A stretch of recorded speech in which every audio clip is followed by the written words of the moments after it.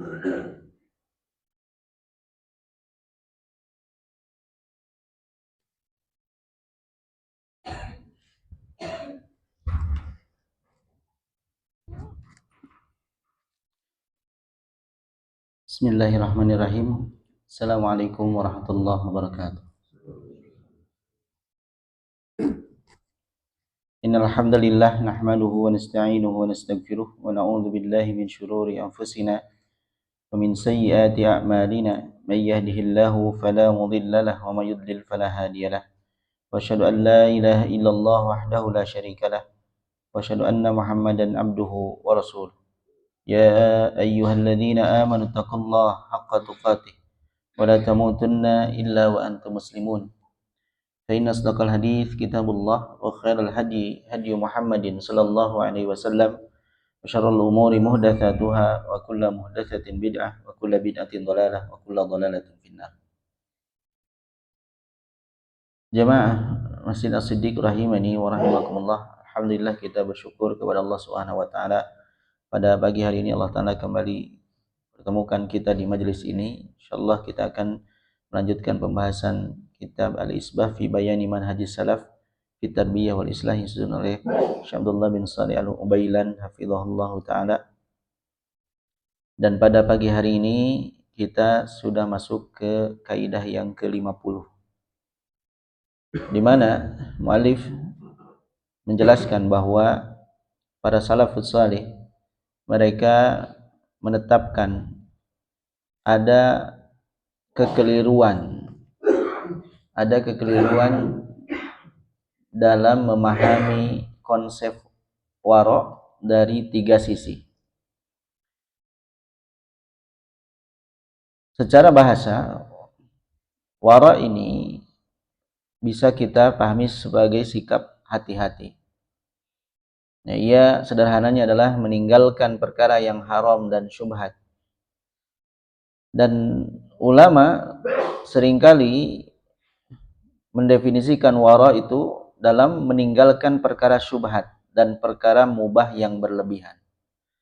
Jadi ketika yang halal sudah jelas, yang haram sudah jelas, ada perkara-perkara syubhat, itu pun ditinggalkan. Nah, inilah yang terkadang didefinisikan sebagai sikap wara' oleh para ulama, berhati-hati, sehingga perkara yang samar sekalipun ditinggalkan.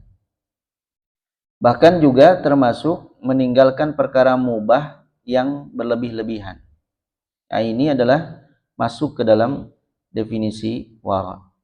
Sebagaimana Ibnu Qayyim rahimallahu taala di dalam kitabnya Madarijus Salikin, beliau rahimallahu taala mendefinisikan wara itu dengan hadis Nabi sallallahu alaihi wasallam, di mana beliau mengatakan wa qad jama'a an-nabiyyu wal wara'a kullahu fi kalimatin wahidah. Nabi sallallahu alaihi wasallam telah mengumpulkan konsep wara itu di dalam sebuah kalimat, di mana beliau bersabda min husni islamil mar'i tarkuhu ma la ya'ni. Termasuk baiknya Islam dan tanda baiknya Islam seseorang adalah ia meninggalkan perkara yang tidak bermanfaat baginya. Fahada ya ummu tarka lima la ya'ni. Maka wara ini meliputi, bersifat umum, meliputi meninggalkan perkara-perkara yang tidak bermanfaat. Minal kalam wal nazar wal istima' wal batshi wal masyi wal fikri wasairil harakat al-zahirah wal batinah. Berupa perkataan, pandangan, mendengar, bertindak, berjalan, berpikir, dan aktivitas lain baik lahir maupun batin yang tidak bermanfaat ditinggalkan. Inilah sikap wara'. Fadil kalimah kafiyatun syafiyatun fil wara'. Maka kalimat yang satu ini, hadis tersebut mencukupi untuk memahami arti wara'. Masih dikutip di dalam kitab beliau Madarijus Salikin, Ibrahim bin Adham juga mengatakan al-wara'u tarku kulli syubhatin wa tarku ma la ya'nika wa huwa tarkul fadlan. Wara' adalah meninggalkan setiap perkara syubhat yang masih samar, termasuk pula meninggalkan hal yang tidak bermanfaat untukmu Yang dimaksud adalah meninggalkan perkara mubah yang berlebihan. Oleh karenanya di sini para salafus saleh menyebutkan ada 3 sisi kesalahpahaman di dalam memahami konsep wara'. Disebutkan bahwa yang pertama, kesalahpahaman tersebut adalah i'tiqadu katsirin minan nas annahu min babit tark.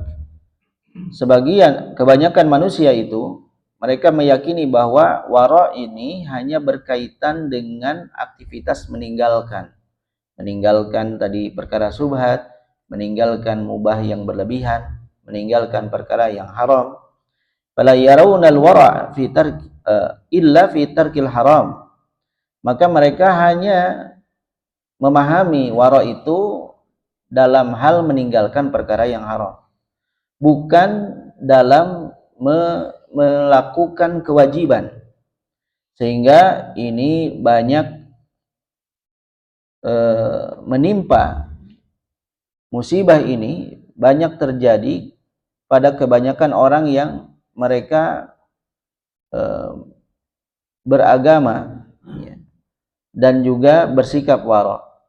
Sehingga kita dapati sebagian mereka itu bersikap hati-hati, bersikap wara' dari perkataan dusta, dari dirham, dari uang yang itu di dalamnya masih ada syubhat karena ia berasal dari harta orang yang zalim atau dari yang diambil dari muamalah yang rusak.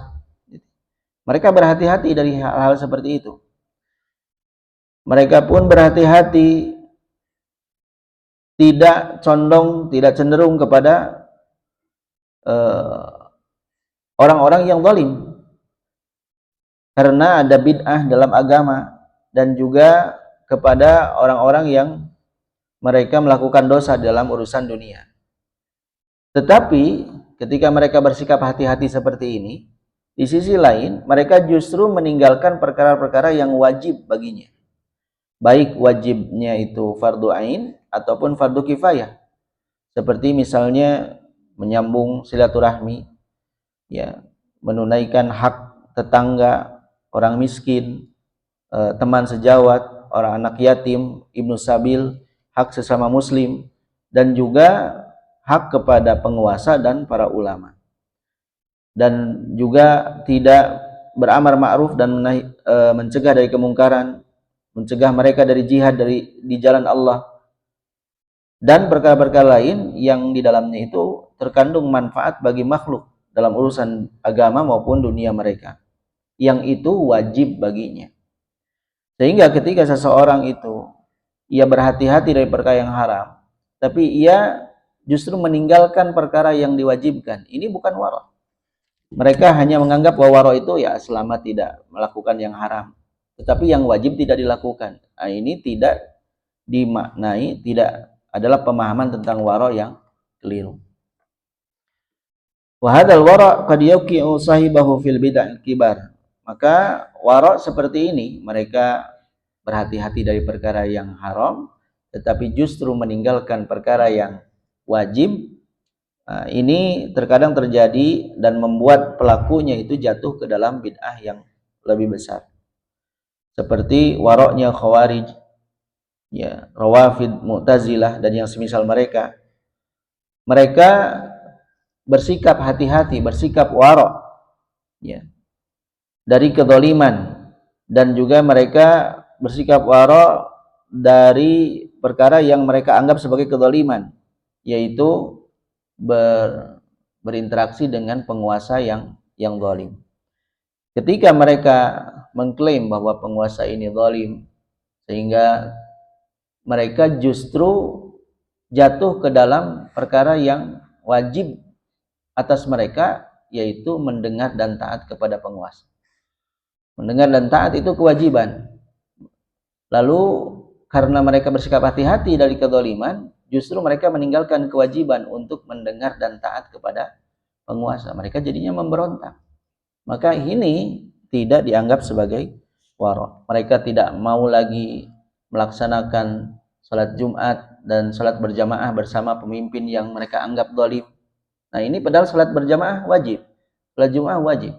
Sehingga mereka meninggalkan kewajiban karena warok yang keliru, menempatkan konsep warok tersebut hanya dalam urusan meninggalkan perkara yang haram saja. Meninggalkan haji, meninggalkan jihad, tidak menasihati kaum muslimin dan tidak berkasih sayang terhadap mereka. Dan orang-orang yang bersikap warok seperti ini ya adalah orang-orang yang diingkari oleh para imam. Seperti imam-imam yang 4 itu imam madhab, mereka banyak disebutkan kondisinya itu dalam i'tiqad ahli sunnah wal jamaah. Karena orang-orang seperti ini mereka salah menempatkan sikap wara. Mereka meninggalkan perkara yang haram, tapi justru mereka justru mereka tidak melakukan perkara yang wajib bagi mereka. Kemudian sisi yang kedua, di antara keyakinan yang rusak atau pemahaman yang salah tentang konsep wara ini, bahwa annahu idza fa'ala al-wajiba wal mustabiha wa taraka al-muharrama wal mustabiha fa yanbaghi yakuna i'tiqadul wujubi wat tahrimi bi adillatil kitab was sunnah.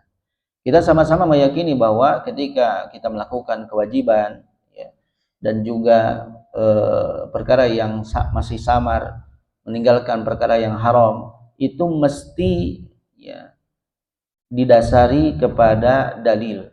Yang dalil itu bersumber dari Al-Qur'an dan As-Sunnah.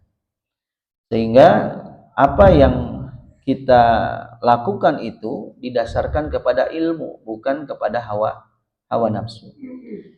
Kalau tidak didasarkan pada ilmu, fakatsirun minan nas tanfiru nafsuhu an asya'a li adatin.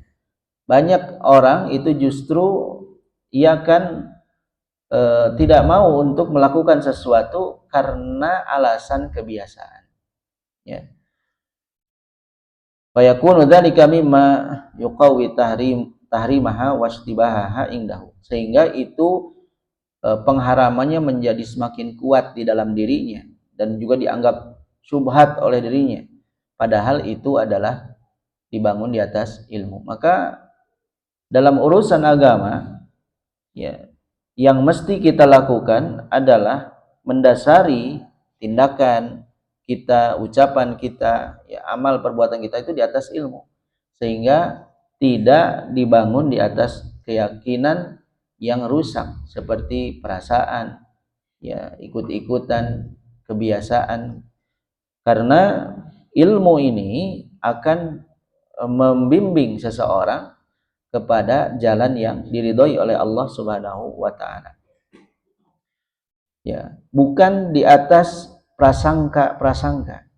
Ya, orang-orang yang mereka beranggapan bahwa takut sesuatu ini mengandung perkara yang haram atau sehingga ia mengharamkan atas dirinya. Ia tidak mendasari pada ilmu, maka yang ada dalam dirinya itu prasangka-prasangka saja. Fatakunu tilka dzunun mabnaha 'ala wara'il fasid. Maka prasangka itu ya bangunannya, ya pondasinya itu dibangun di atas warok, sikap warok yang rusak. Sehingga pelakunya ini digambarkan oleh Allah Subhanahu wa taala di dalam firman-Nya, iyattabi'una illa dhanna wa ma tahwil anfus. Tidaklah mereka itu mengikuti kecuali hanya prasangka saja dan juga apa yang diinginkan oleh hawa nafsu mereka. Inilah orang-orang, contohnya dalam praktek sehari-hari, inilah seperti orang-orang yang senantiasa was-was dalam urusan najis. Ya. Fa innahu min ahlil wara', seolah-olah mereka ini bersikap wara'. Ini najis, ini najis. Ya, hal-hal perkara yang sedikit ini dianggap najis, timbul was-was dalam dirinya, sehingga was-was berlebihan ini tidak dibangun di atas ilmu, membuat ia menganggap dirinya sudah melakukan atau bersikap warok dalam urusan agama, namun ternyata ini justru membuatnya jatuh ke dalam prasangka-prasangka yang rusak. Makanya orang-orang seperti ini adalah ahlul wara' al-fasid. Mereka adalah orang-orang yang bersikap wara' tapi wara'nya ini rusak. Ya, al-murakkab bin nau'i dinin, yang mereka itu ya, yang wara'nya itu dibangun di atas agama. Sebagian mereka menganggap sebagai agama. Wada' fi aqlin wa ilmin. Namun di sisi lain itu adalah kelemahan dalam akal dan ilmunya. Maka dalika wara'u qaumin yu'iduna ghaliba amwalin nas muharramah. Sebagaimana juga orang-orang yang mereka bersikap wara' dan menganggap bahwa mayoritas harta manusia itu haram, ya, au mustabihah atau syubhat, au kullaha atau semuanya itu haram, semuanya itu syubhat, karena melalui proses, ya, sistem ekonomi yang tidak disyariatkan, maka semua harta ini asalnya haram. Wa alal amru bi ba'di mila ihlalihi ihlaliya li sultan. Maka mereka akhirnya mengembalikan urusan itu kepada penguasa, karena penguasa itu berhak untuk menghalalkannya, ya, sehingga mereka menyerahkan hal itu kepada penguasa, nanti penguasa yang akan mengaturnya. Wa ila annahu la yaqta'u biha yadusari, sehingga mereka pun beranggapan karena ini adalah perkara yang haram, orang yang mencuri, karena mencuri dari hal yang haram, ini tangannya tidak mesti dipotong, sehingga juga tidak diterapkan hukum untuk barang-barang yang dirampas, karena yang dirampas pun harta yang haram. Maka ini sikap wara' yang rusak, yang dibangun di atas prasangka-prasangka dan was-was belaka. Sebagaimana ini dikuatkan di dalam diingkari oleh para imam seperti Imam Ahmad bin Hambal dan yang selainnya, dan bahkan orang-orang yang berlebihan di dalam wara ini juga dicela oleh Rasulullah SAW di dalam sabdanya. Diriwayatkan dari Abdullah bin Mas'ud, beliau bersabda, halakal mutanatti'un, ya, beliau mengucapkan hal ini 3 kali. Binasalah orang-orang yang berlebihan, celakalah orang-orang yang berlebihan. Imam An-Nawawi rahimahullah ta'ala mengatakan, humul muta'ammikuna fil umuri bighairi ilm. Yang dimaksud mutanatti'un, orang-orang yang berlebihan, adalah orang-orang yang, ya, mereka berdalam-dalam terhadap suatu urusan agama tanpa dasar ilmu. Maka waroknya ahlul bid'ah, ya, banyak terjadi pada hal ini. Karena ketika warok itu klaim warok dibangun bukan di atas ilmu, maka yang timbul itu bukan warok tetapi was-was. Sebagaimana Syekh Abdullah bin Abayah hafizallahu taala, beliau mengatakan, al-wara'u muqayyadun bil ilm. Ya, warok itu terikat dengan ilmu. Wa idzan fasala anhu shara waswasan. Kalau ia terpisah dari ilmu, maka itu bukan warok, ya, ia menjadi was-was. Dan warok ini, ya, menjadi cahaya bagi hati yang berilmu. Sedangkan was-was ini adalah beban bagi jiwa yang ragu-ragu tanpa dasar ilmu. Maka was-was ini adalah penyakit, ya. Ia bukanlah sikap hati-hati karena tidak didasari kepada ilmu. Karena Ibnu Qudamah juga dalam kitabnya Al-Mughni rahimahullah ta'ala, beliau mengatakan, al-waswasu maradun. Was-was itu adalah penyakit. Yufsidu dina wa yut'ibul mutadayyin. Dia akan merusak agama dan juga melelahkan orang yang beribadah. Maka ini adalah kesalahan yang kedua yang juga banyak terjadi, bahwa saking waroknya sehingga perkara-perkara yang timbul dalam diri mereka itu adalah was-was dan juga berlebih-lebihan di dalam urusan agama. Wa min hadzal bab al-wara'u alladzi dammahu Rasul sallallahu alaihi wasallam fil hadis alladzi fi sahih. Ya, termasuk ke dalam wara' ini adalah perkara yang Rasulullah SAW cela dalam sebuah hadis yang diriwayatkan dalam kitab As-Sahih, ketika beliau memberikan rukhsah pada beberapa perkara dan sampai kabar kepada beliau bahwa ada kaum-kaum yang enggan mengambil rukhsah tersebut karena beranggapan ini sikap wara. Faqala ma balu rijalin yatanazzahuna an asya'a atarakhasu fiha. Mengapa ada suatu kaum, ada orang yang mereka enggan mengambil perkara-perkara yang aku berikan rukhsah di dalamnya. Wallahi demi Allah, inni la arju an akuna a'lamahum billah wa akhsyahum. Demi Allah, sungguh aku berharap bahwa aku ini adalah orang yang lebih berilmu, lebih tahu daripada mereka terhadap Allah Ta'ala, lebih mengenal Allah Ta'ala di antara mereka dan juga lebih takut kepadanya. Dan dalam riwayat yang lain, akhsyahum wa alamahum bihududihi lahu. Aku adalah orang yang paling takut kepada Allah Ta'ala di antara mereka dan lebih mengenal dengan batasan-batasan Allah Subhanahu wa Ta'ala.